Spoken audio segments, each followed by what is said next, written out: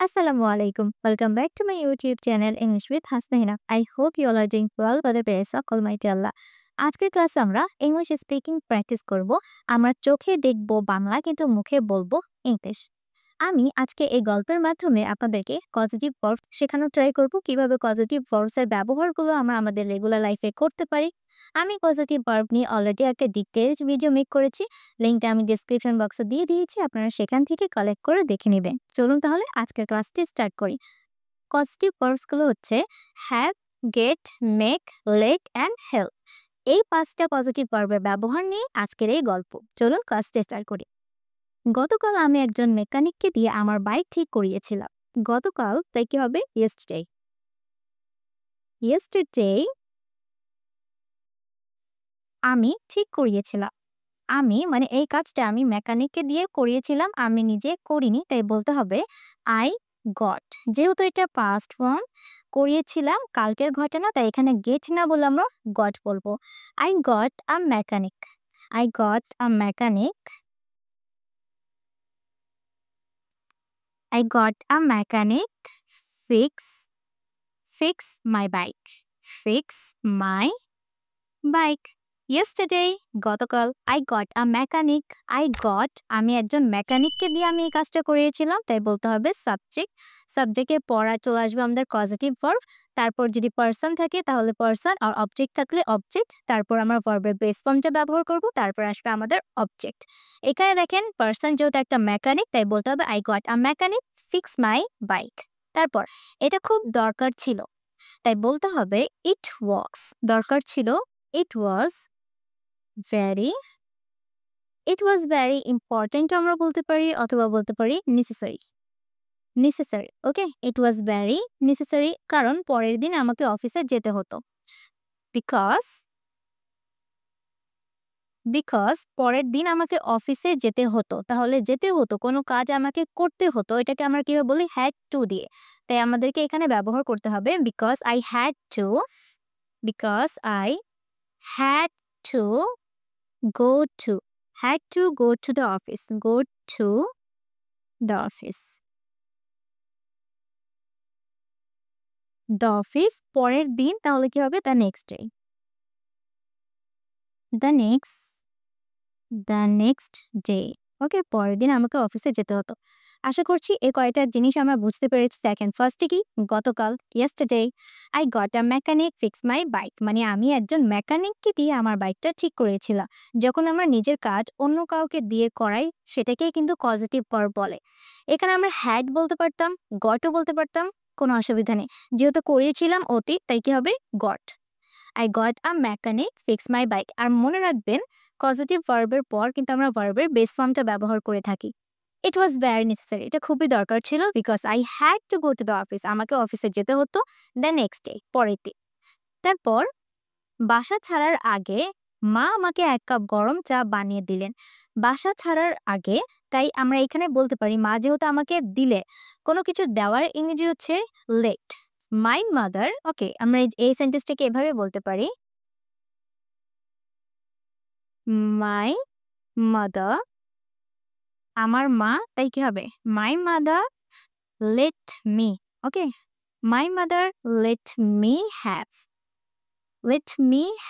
a hot cup of tea, okay, a hot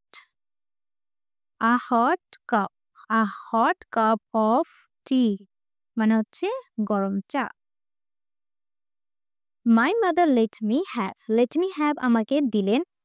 যেহেতু দিলেন, তাই কি হবে? Let. My mother let me have a hot cup, মানে 1 কাপ গরম চা, তাই বলতে হবে a hot cup of tea. বাসা ছাড়ার আগে, তাই কি হবে? বিফোর আমরা এখানে লিভিং ব্যবহার করতে পারি, অথবা বলতে পারি বিফোর আই লেফট, এটাও ব্যবহার করতে পারি। ওকে, বিফোর আই লেফট। এই সেন্টেন্সটা কিভাবে আমরা ব্যবহার করেছি একটু বুঝে ট্রাই করি। যেহেতু মা আমাকে বানিয়ে দিলেন, আমি নিজেই কিন্তু সেটা বানাইনি, তাই বলতে হবে এখানে কিন্তু লেটটা পাস্ট ফর্মে ব্যবহৃত হচ্ছে। মাই মাদার লেট মি, যদি এখানে প্রেজেন্ট ইনডেফিনিট হতো তাহলে লেটস মি হতো। ওকে, মনে রাখবেন এই জিনিসটা। মাই মাদার দিলেন, এটা অতীতের ঘটনা, তাই এটা পাস্ট ফর্মে ব্যবহৃত হচ্ছে। মাই মাদার লেট মি হ্যাভ আমাকে দিলে। লেটের ব্যবহার লেটের পর কিন্তু আমরা কখনো টু ব্যবহার করি না। আমরা এভাবে বলব না, "মাই mother let me to have." To have আমরা বলব না। আমরা বলব, "মাই মাদার লেট মি হ্যাভ।" কেন? কারণ পজিটিভ ভার্বের পর ভার্বের যে পজিটিভ ভার্বের পর যে আমরা ভার্ব ব্যবহার করি সেটা ভার্বের বেস ফর্মে থাকে। ওকে? যদি পারসন থাকে আর এখানে মি কি? একটা person. My mother let me have a hot cup of tea. A hot cup of tea মানে হচ্ছে ১ কাপ গরম চা বিফোর আই লেট। মানে বাসা ছাড়ার আগে। তারপর চমৎকার ছিল স্বাদ। ইট হ্যাড এই সেন্টেন্সের সাথে কিন্তু যুক্ত এটা, okay? It had it had a wonderful it had a wonderful taste. Okay? স্বাদটা কেমন ছিল? অসাধারণ। টেস্ট।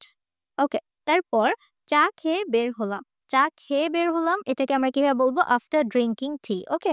বলতে হবে চা খেয়ে, তাই বলতে হবে after drinking.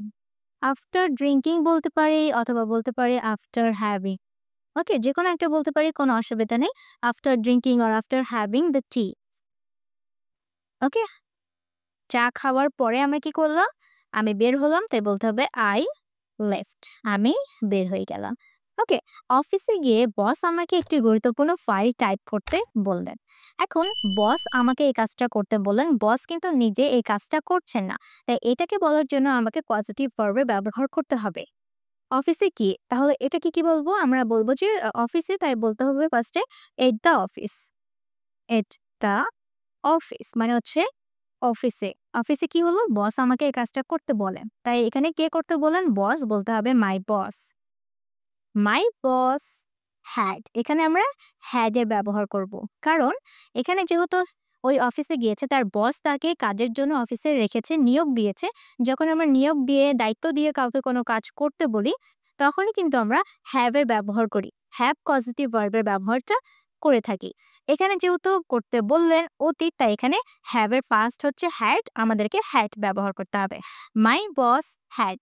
My boss had কাকে বললেন? আমাকে। তাই এখানে পারসন চলে আসবে। মাই বস হ্যাড মি টাইপ, তারপর ভার্বের বেস ফর্ম হবে type. Okay? My boss had me type an important file. An important file. Okay? an important file মানে একটা গুরুত্বপূর্ণ ফাইল টাইপ করতে বললেন। তারপর তবে কাজের ফাঁকে তিনি আমাকে কিছুক্ষণ বিশ্রাম নিতে দিলে। এখন দিলেন কাউকে কোনো কিছু করতে দেওয়া, এটার জন্য আমরা লেট পজিটিভ ভার্বটা ব্যবহার করি। তাই বলতে হবে বাট। কিন্তু তবে দেখেন এখানে কি আছে? তবে এটার জন্য আমরা বাট ব্যবহার করতে পারি। ওকে? বাট কাজের ফাঁকে। বাট তিনি দিলেন, তাই বলতে হবে he also let me. He also let me take. বিশ্রাম নিতে দিলেন, তাই কি হবে? এখানে ভার্বের বেস ফর্মটা হবে take. He also let me take some কিছু বিশ্রাম, সাম রেস্ট কিসের সময়? কাজের ফাঁকে, তাই বলতে হবে ডিউরিং ওয়ার্ক। ওকে? ডিউরিং ওয়ার্ক কাজের ফাঁকে বা কাজের কিছু সময়ের মধ্যে। During work ব্রেকস।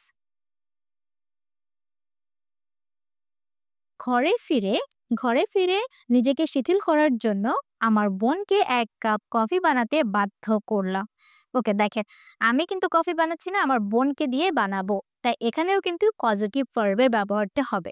ঘরে ফিরে বা ঘরে ফেরার পরে, তাই এটাকে আমরা এভাবে বলতে পারি আফটার।